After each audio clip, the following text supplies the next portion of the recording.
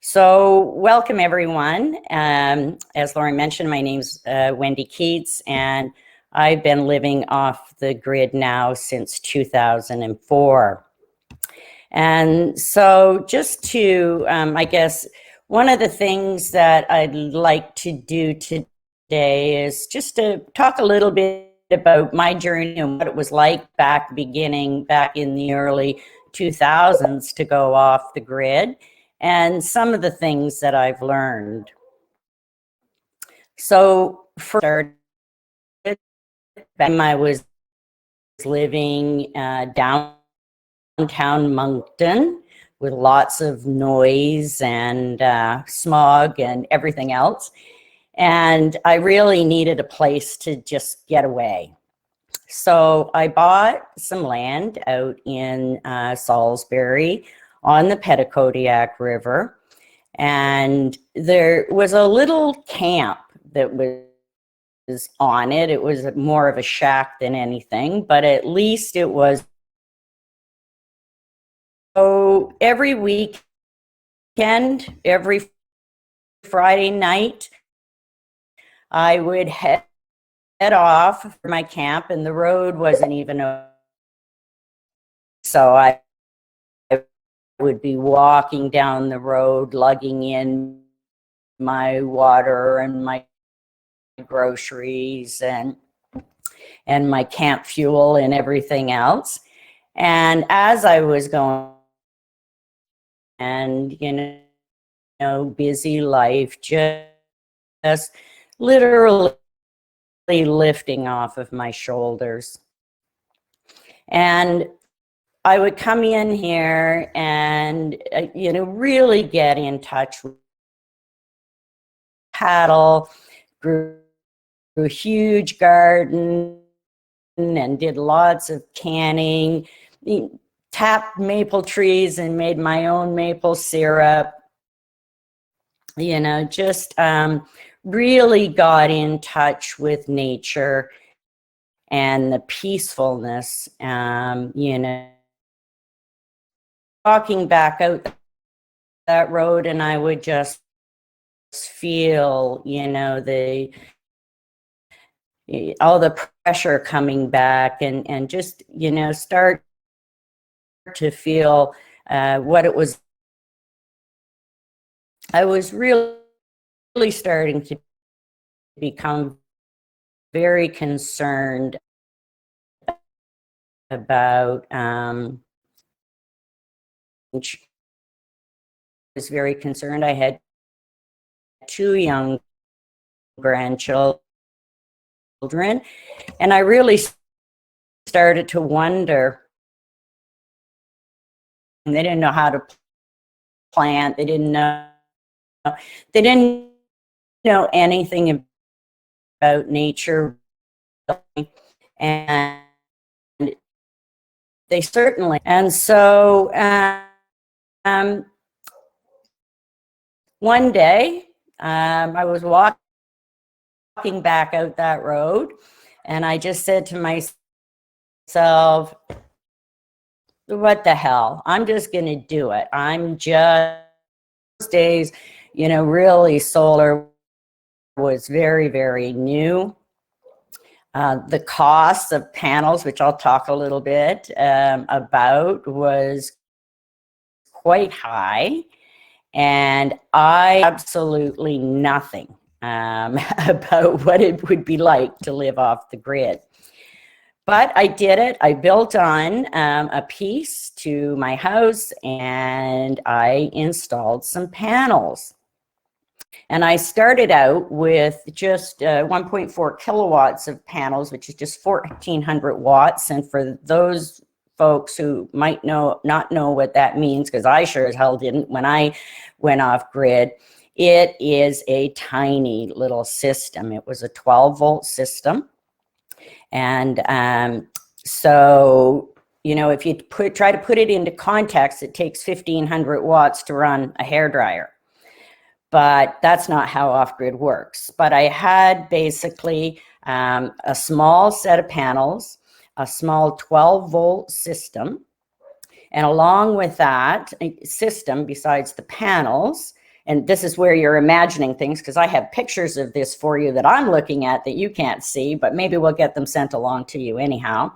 I had an inverter, which is a piece of the equipment that you need to convert your power, which comes into your panels as DC power, into AC power, which is what most appliances use. And then you have to have a controller. So I had a controller. I had to put in some 110 breaker boxes. And then, of course, are the batteries. So that was the basic components of my system. And of course, I had to have a generator for backup for those days when, you know, you had too much cloud and you couldn't get enough power into your batteries. So what I could run off of that system, now I should say too that I've always worked from home. So COVID didn't make a difference in my work life. I've been home-based since the late 80s. And so that meant I also had to work from home. A couple of the things that had been happening at that time that was allowing me to do this was ExploreNet satellite internet came into being because I had to have internet, and you know, the closest pole I have to me is 2 kilometers away. So you can imagine what the cost of that would be. And then of course, cell phones were starting to get a little bit better. I don't know if you guys remember the commercials where the guy used to say, "Can you hear me now? Can you hear me now?" It was still a little bit in that time, and it wasn't the easiest thing to be able to work using a cell phone, but I managed. So I had, of course, my LED lights. I had a small energy efficient electric refrigerator. I had a washer and dryer. The dryer was a hybrid, so it was a propane electric mix. So electricity turned the drum, but the heat came from propane. I had drilled a full well, and so one of the things one always has to think about when they're going off grid is the draw for things like pumps, and water pumps can be very large draws, but I put in a small 12-volt Aquajet pump, which worked for me for years and years. And then I ran my, you know, laptop and my printer and my modem and my cell phone and just those sorts of things. So the other pieces that, you know, kind of made up my life, or, you know, the elements of, you know, what it takes for us to live. I used wood heat for heating my home, and we'll talk a little bit about what can you use for heat. That's often a question that I get. And then I have a propane stove as a backup. So if it was really cold and I was going to be away because I did a lot of traveling for work, I would have my propane stove on just to make sure that my pipes didn't freeze. I had a small propane cook stove and just a 24-inch small one. And I have still an on-demand propane hot water system. So again, one of the things one really needs to think about when they're going off grid is how are you going to heat your water, because you can't use things like, you know, electric hot water tanks, huge draws of power. So an on-demand, for folks who may not know what those are, is just a little system that you put on your wall. You can get them electric. In my case, it's propane. And you turn on your hot water tap and a little flame lights up, and it lights a whole series of elements, which immediately heats your water to 140 degrees.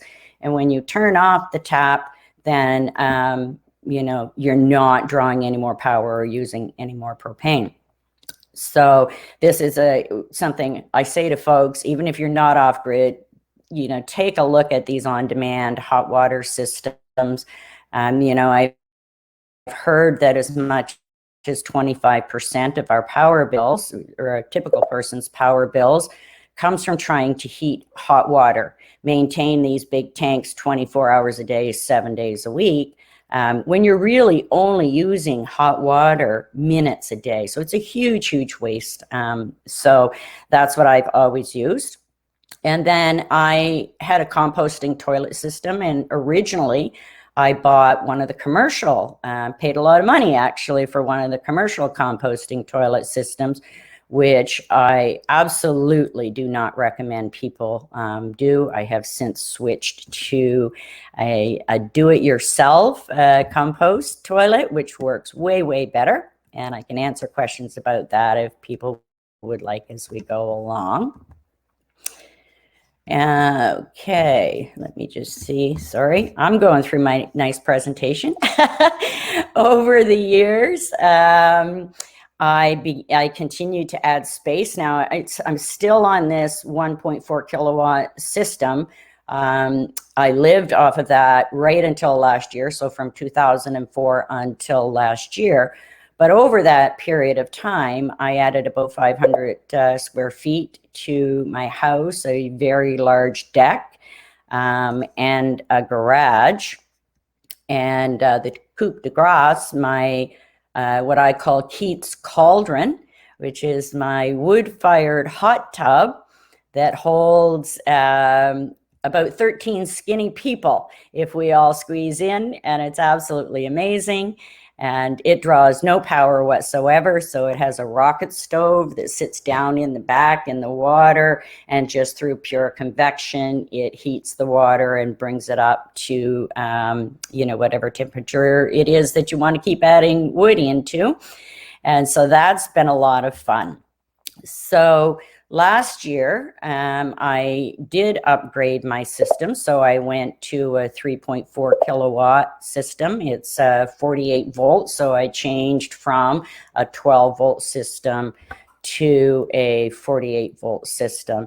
Back in 2004, 12 volt systems were the norm. You would never do that nowadays. Some folks might do it if they're starting off with a little camp. And just sort of getting into, but really it doesn't make sense anymore to do 12 volt systems. So 24, 48 volts are much more the norm. And so I increased my, the amount of power I had, and then I also increased the voltage. And now I have more power than I ever know what to do with, which is awesome. When I was living on this small system, I had to be really, really careful. And in hindsight, I'm really glad that I did that, because I learned a lot about what takes power, how you can conserve power, how you just really need to change some of your habits a lot of the times, versus going without. I often hear people talk about having to give up things, or thinking that they have to give up things in order to go off the grid. And actually, there's very little that you can't have off-grid that you can have on-grid. But you really need to learn how to manage things a little bit differently, and be much more aware of, the weather, and if you're doing laundry at midnight when you're drying off your batteries, versus doing laundry in the middle of the afternoon when the sun is shining and you've already filled up all of your batteries, and you've got all this excess. I hate wasting sunshine. My batteries get filled up now by 10, 11 o'clock in the morning, and then I'm like turning on lights because it's just all this free energy. But when you have a smaller system, you're really very conscious of, how much power you're using all the time, and when you're doing certain things, and what sorts of appliances and equipment you can use that, is going to help manage the amount of power that you have.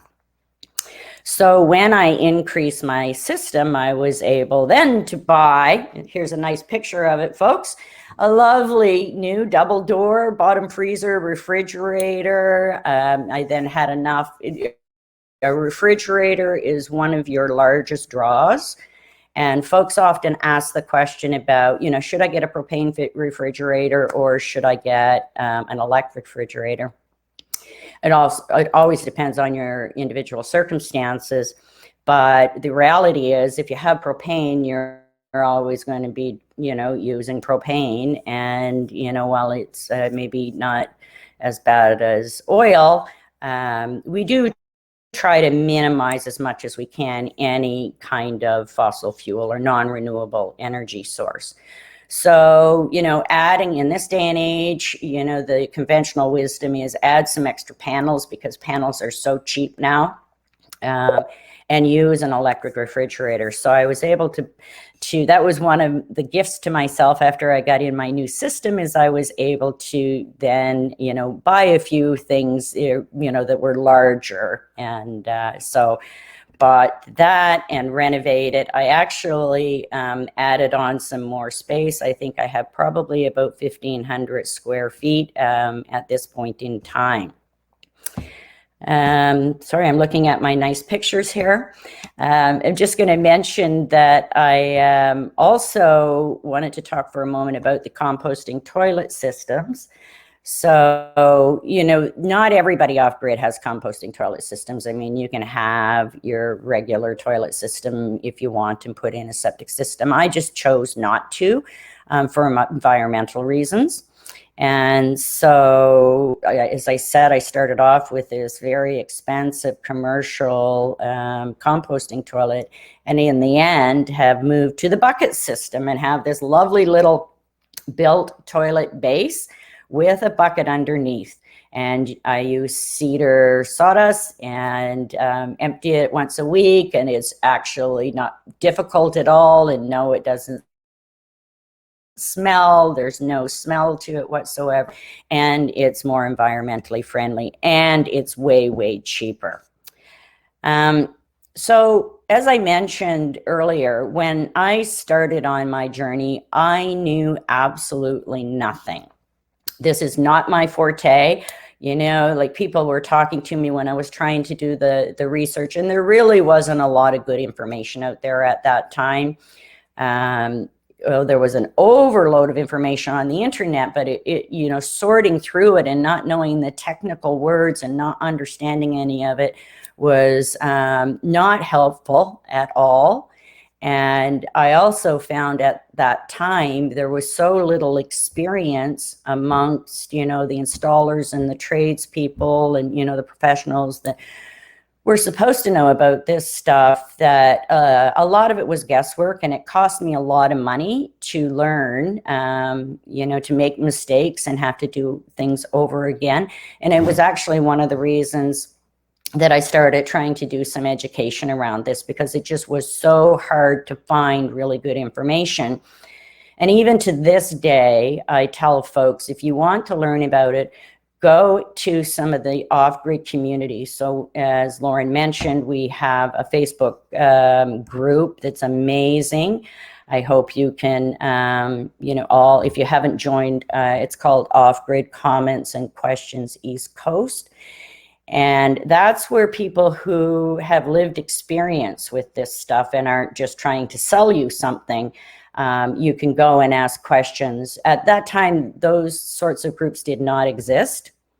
And so, I was having to learn a lot. And I had no idea, like literally, whether or not, something was right that somebody was telling me. I didn't understand, well, what's watts and what's volts and what difference does it make and why the hell should I care about it? But I think the other thing I really didn't understand, and most folks don't, because we don't have to think about this when we live on the grid, is how much power do things take? And I mean everything. And so, how much power does a lamp take, or a light bulb, or, an LED versus another kind? How much does your modem take? How much does your laptop, how much does your refrigerator? Like all of these things add up. And I knew nothing about this and had to learn along the way. So one of the things I often talk to folks about is, starting to really understand what is it that you have in your home that is drawing power. And it's actually not that difficult to figure it out. You can buy these little meters nowadays that will tell you. You know, you just hook them into your plugs and it'll tell you how much your fridge is drawing and so on. You can even go to the library and take them out like you can take out a book. So that was a huge learning curve for me, was figuring out how much power things were taking and how much my system, you know, could handle. The other thing that I found really confusing at the time, and I think a lot of other folks do too, is, you know, there's a lot of options that are out there.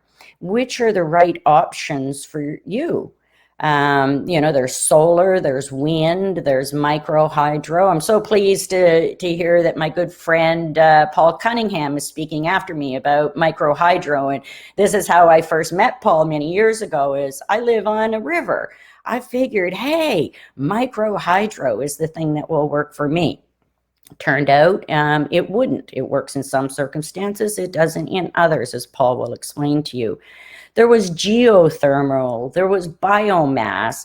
So, you know, sorting through all of this and trying to figure out how does it work and will it work for my situation, you know, was really quite a challenge. And I had a lot of learning that I had to do on that.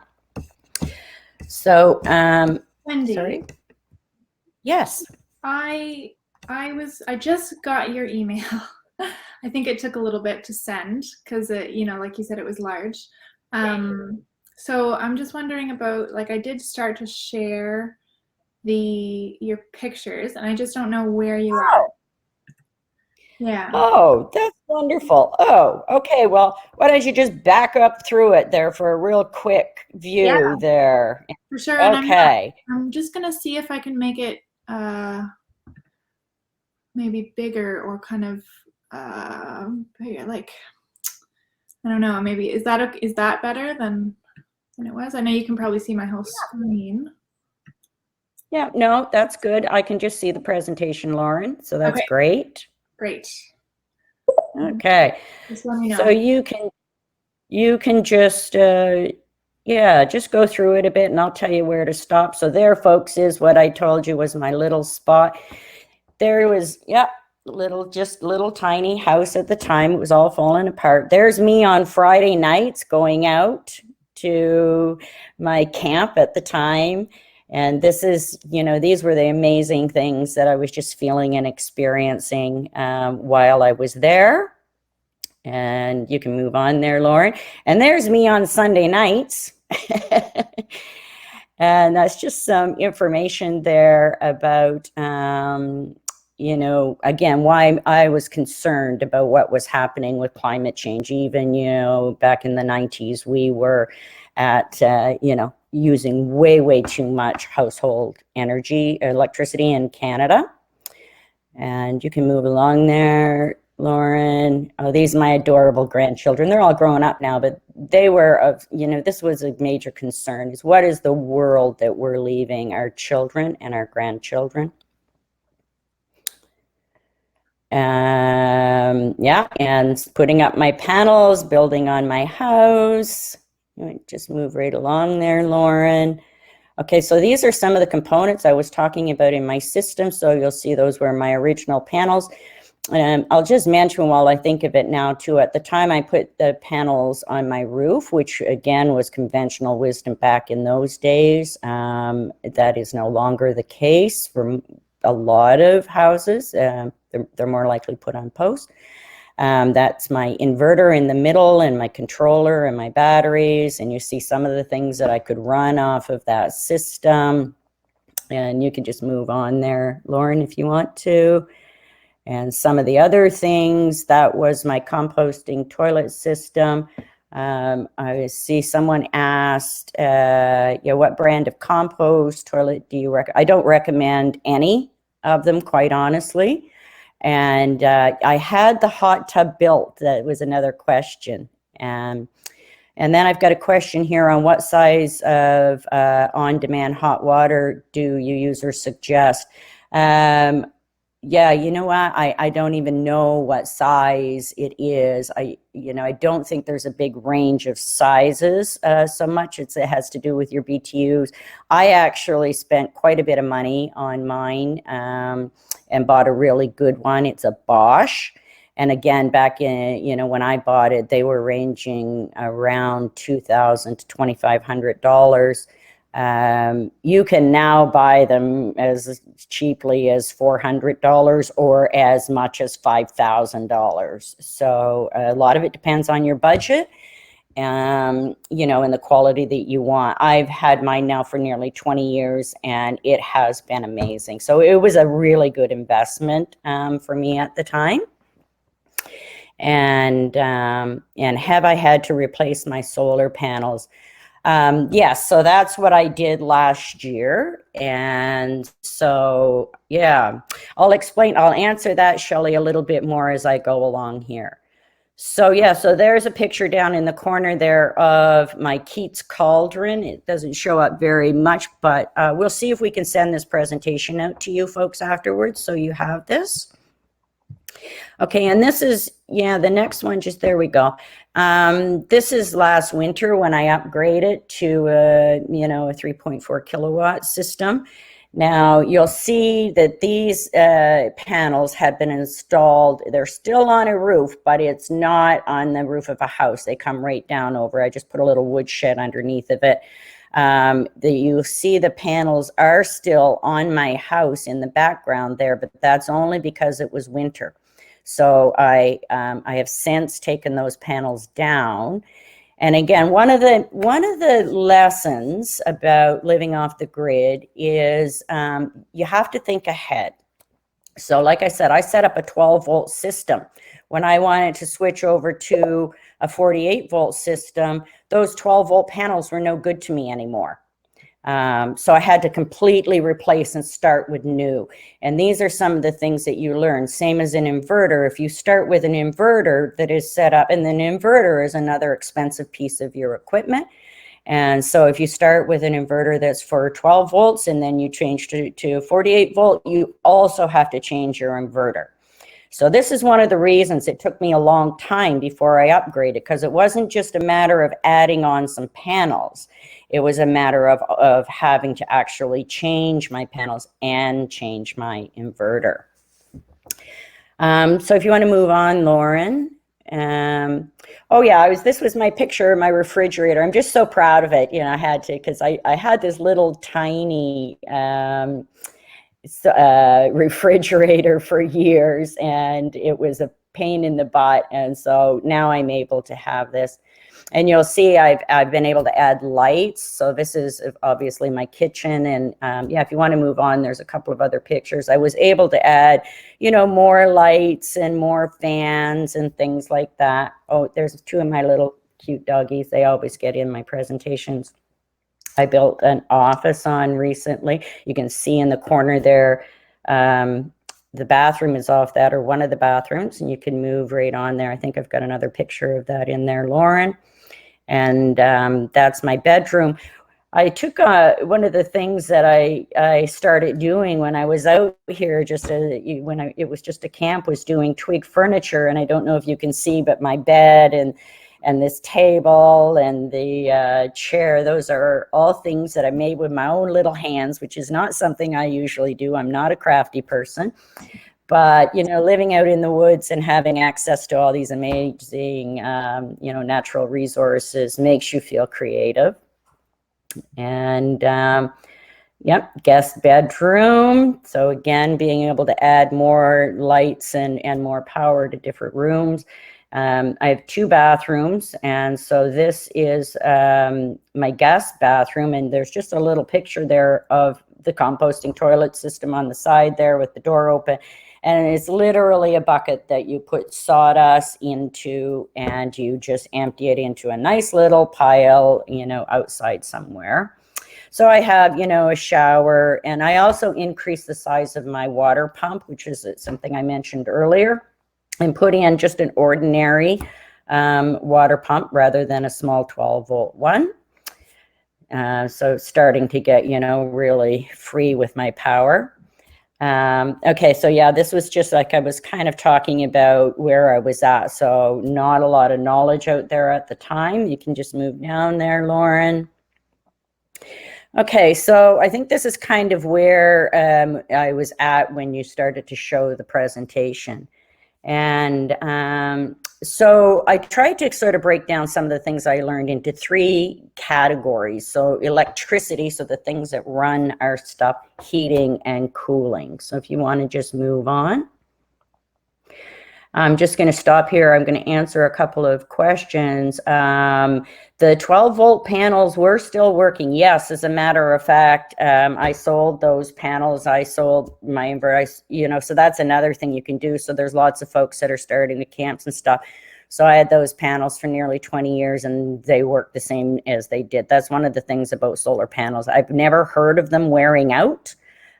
Paul might be able, Paul's been off grid longer than me, and a friend down the road from me, Mike Ritchie's been off grid for about 40 years now. He's still using the same panels he had. So they work forever.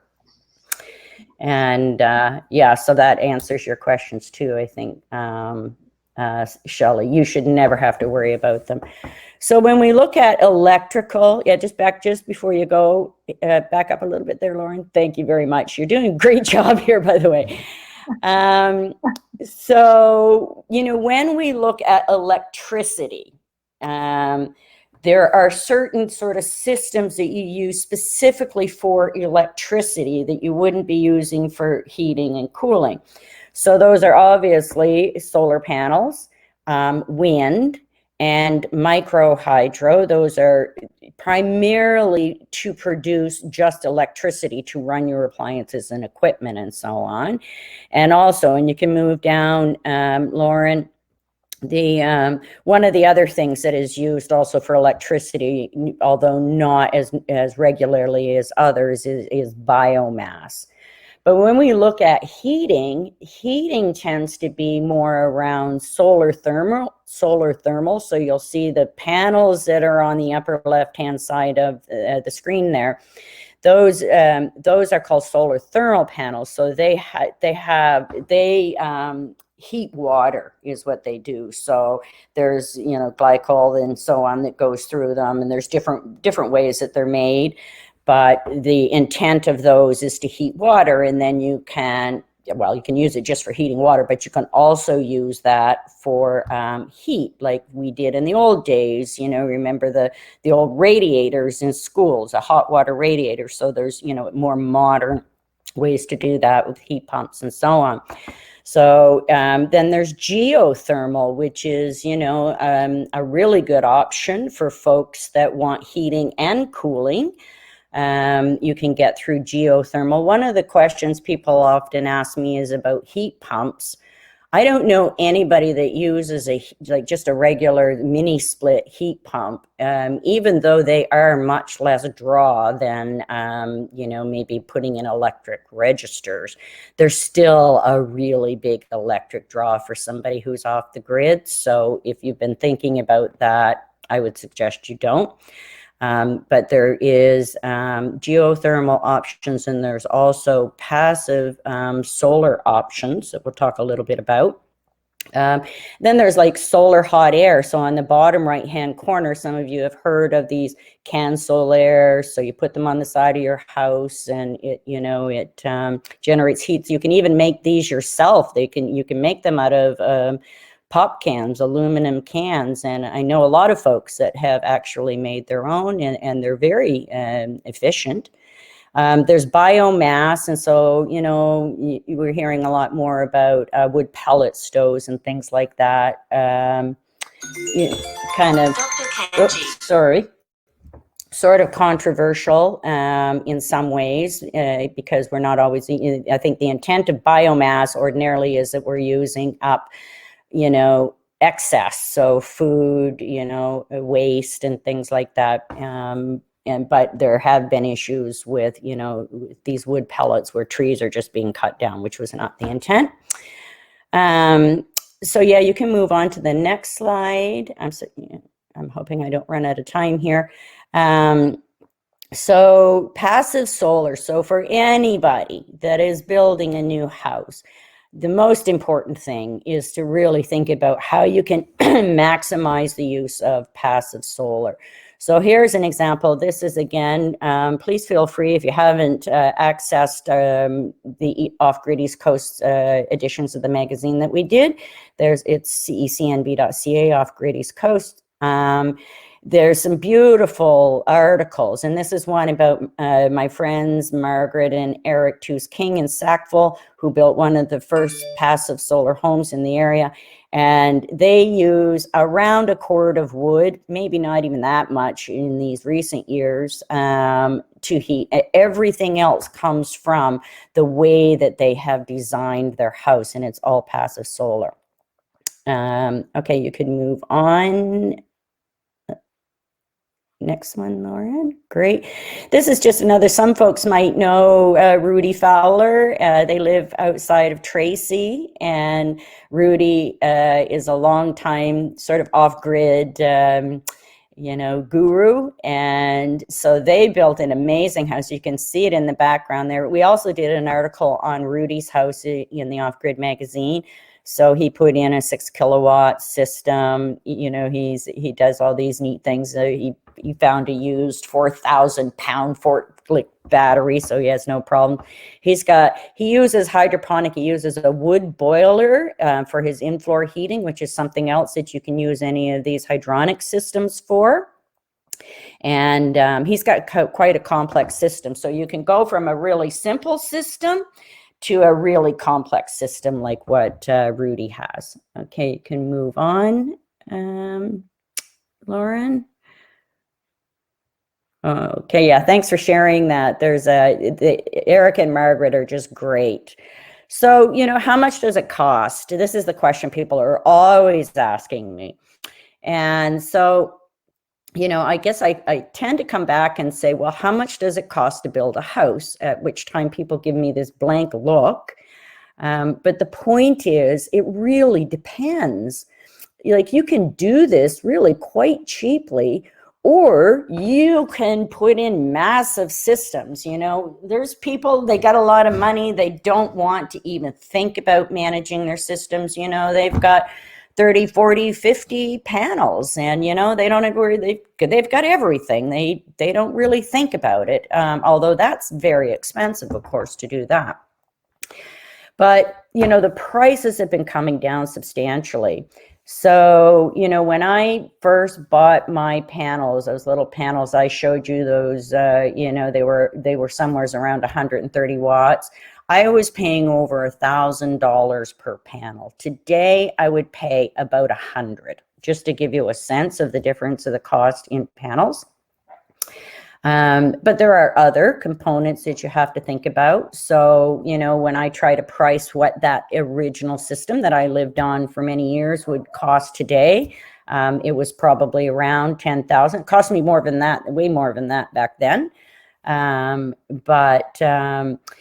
Because panels are so cheap, like the main components, so if you put in your inverter and your controller and your battery banks, like those are pretty standard things they have to do. And then you can, have really almost as many panels as you want, as long as you've sized your inverter and your battery bank properly so that it can handle all of those. But the costs don't change a whole lot, whether you've got like a 2 kilowatt system or an 8 kilowatt system. The prices are not that different. So I just tried to give this very broad, don't hold me to this, but this is just kind of my experience. So, you could put up for, as little as $1,000 for a small system to, $4,500 for a really large, for your solar panels. Inverters, you can buy cheap ones. You can buy them cheaper than this. As a matter of fact, you can go into Canadian Tire and buy, for a couple of $100 a little inverter. It's not gonna run your household. It'll be okay maybe for a camp or something like that. But if you're serious about, really wanting to do a good system, you're looking at, probably about $2,500. A super system, probably around $4,000 for your inverter.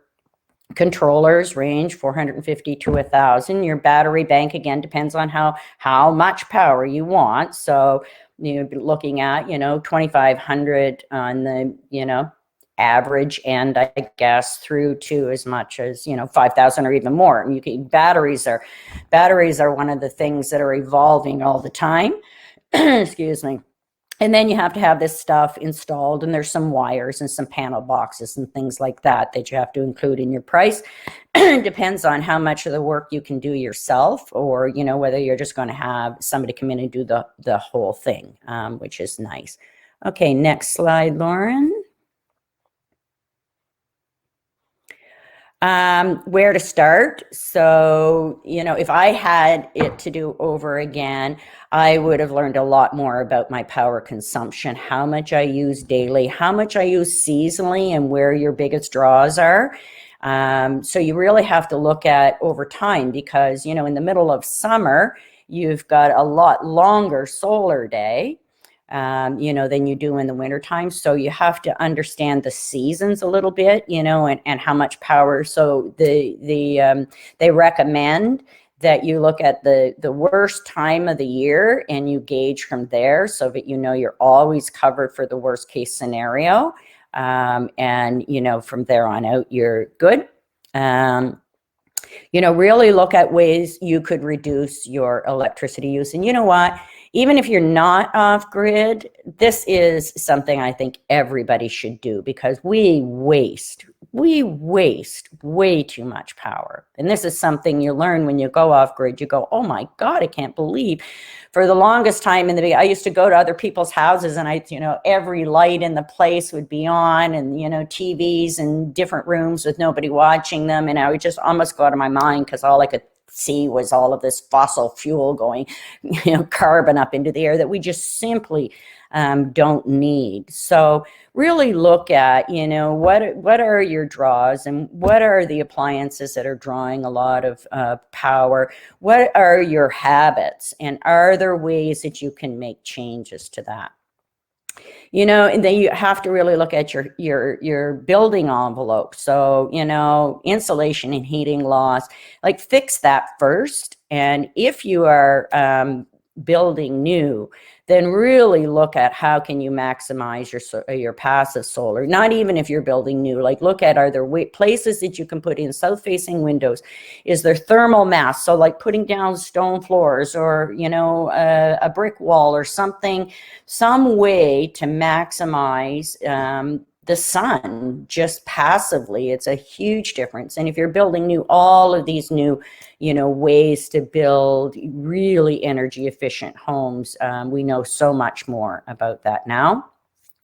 And join an off-grid learning community. You can move on there, Lauren. I think I put up our Facebook group there for folks, if you're not already a member. We have 2.6 thousand members, and a lot of those people are off-grid, and others are going, or they have really good knowledge. And it's just amazing, because people love to share this information. So put the questions out there, ask people that know, and you'll get maybe 10 different answers, because there is no one size fits all for off-grid. But it helps you to learn and to see what those options are. I used to feel so stupid asking questions, because literally, this is not my thing. Electricity, watts, volt, it just, my head used to hurt. But I found that if I didn't ask the questions, then it costs me money.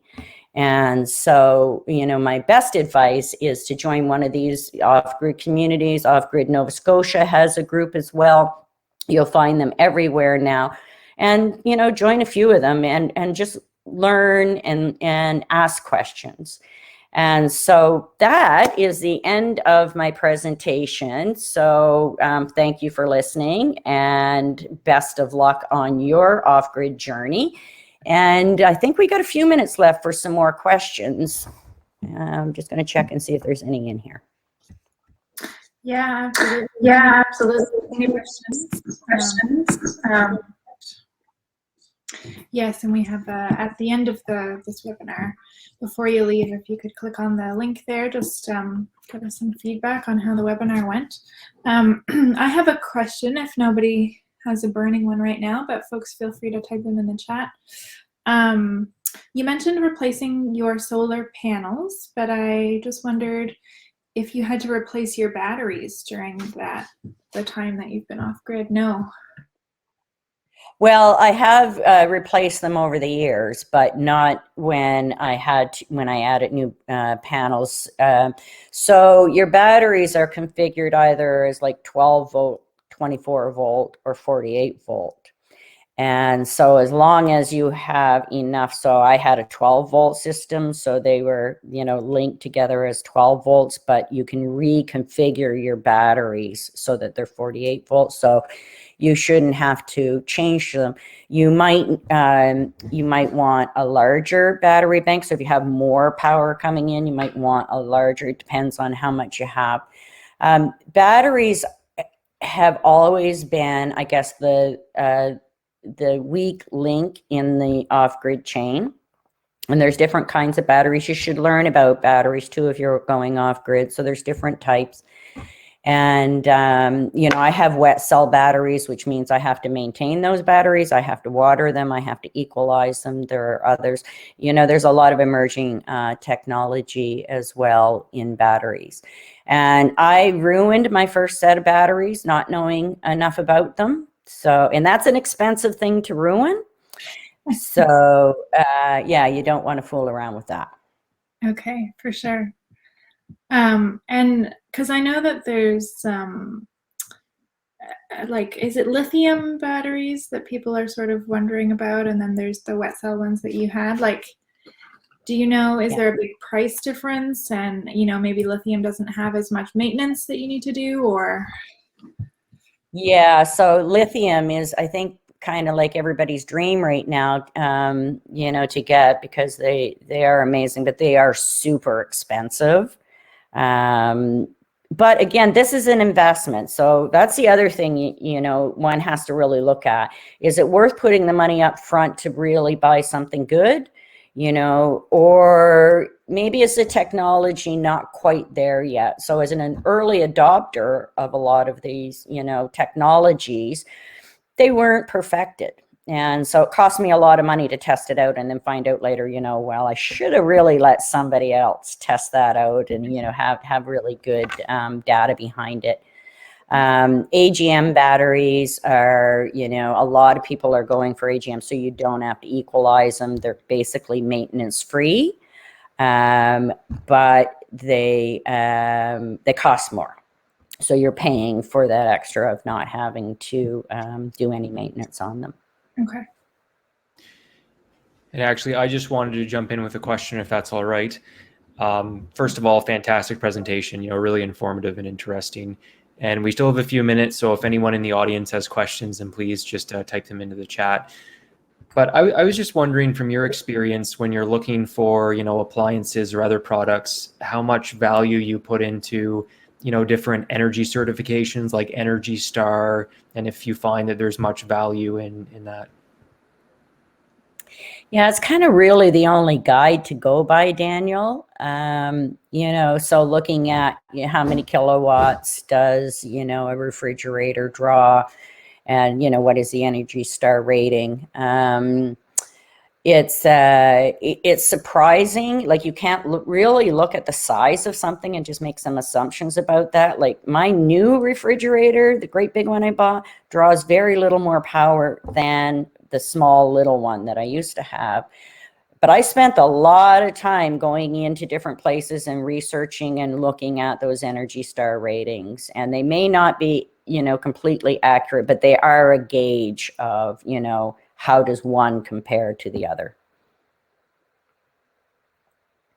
I've got to the point where I don't pick up anything anymore, but I don't flip it over and look at how many watts does it draw.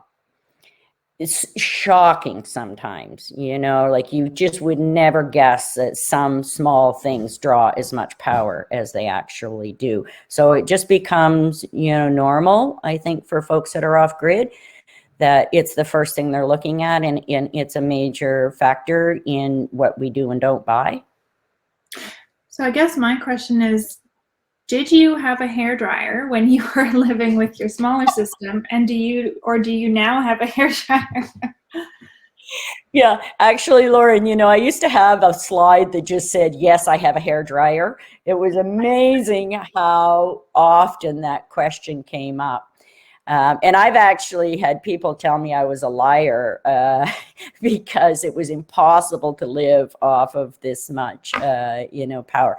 But the reality is the way that solar works is it goes into your battery bank. So you have that's what you're drawing off of, unless you've got the sun shining at the time. So, just because you only have 1400, watts of power doesn't mean you can't run something that's 1500. It's just that's how much power comes into your battery. So you're sizing your battery banks to make sure that you have enough to draw off of. So yes, I have a hair dryer. One of the things we didn't talk about is electrical appliances. So I stay away from things with electrical elements unless absolutely, there's no other. So for a long time, I did not have a coffee pot, a coffee perk. So I used a French press, instead. I don't have a microwave, but that was the choice. I didn't have a microwave when I lived on the grid. But they're, even though they consume small amounts of power, when you think about the time, the initial draw of the power is huge. So you would stay away from things like that. So a rule of thumb is stay away from anything that's got an electrical element in it, if at all possible. Perfect. And just as we're wrapping up here, there is one other question from the audience. And so have you looked at the recycling of lithium electric car batteries to use in a house? Yeah, I haven't, but I know that others have. And the recycling of batteries is a lot of interest to off-grid folks. So, golf cart batteries or the big floor things like those kinds of batteries.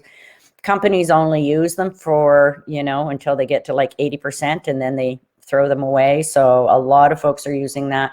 I don't know, with the lithium electric car batteries, they haven't really been around long enough yet that there's a lot of them being recycled out yet.